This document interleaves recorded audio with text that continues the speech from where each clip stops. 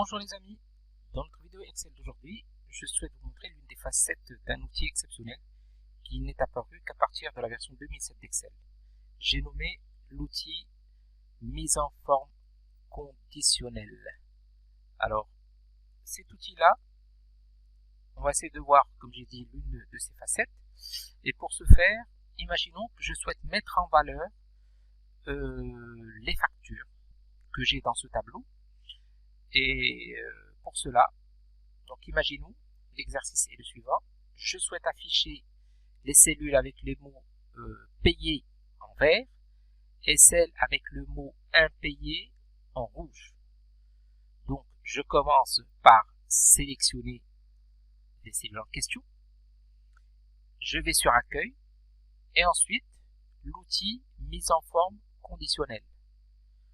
Je pars sur règle de mise en surbrillance des cellules, et puis ensuite égal à, puisque la condition c'est que soit la cellule est égale à payé, et donc à ce moment-là elle doit être coloriée en vert, ou elle est impayée, elle contient le mot impayé et elle devra être coloriée en rouge.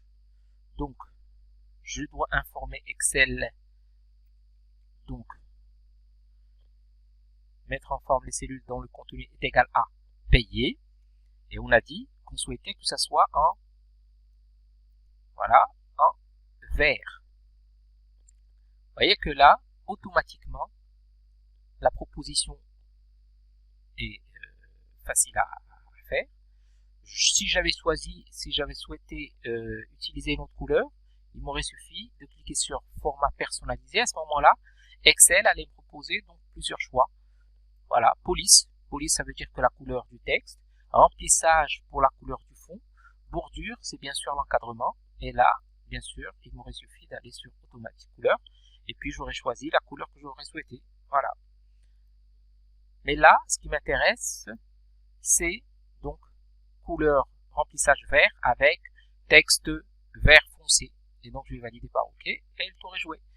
Je refais la même chose, donc je garde les cellules sélectionnées, et je refais la même chose encore une fois pour les cellules avec le mot impayé. Voilà, impayé. Remplissage, je vais lui dire un remplissage rouge avec rouge. Voilà. Bien sûr, l'avantage, c'est que les cellules deviennent interactives. Donc, imaginons maintenant si je change le hors taxe à 3000. Donc, la TVA va automatiquement changer et le TTC va être impacté. Voilà, et automatiquement, donc la cellule devient payée. Voyez? J'espère que ça vous sera utile. À très bientôt.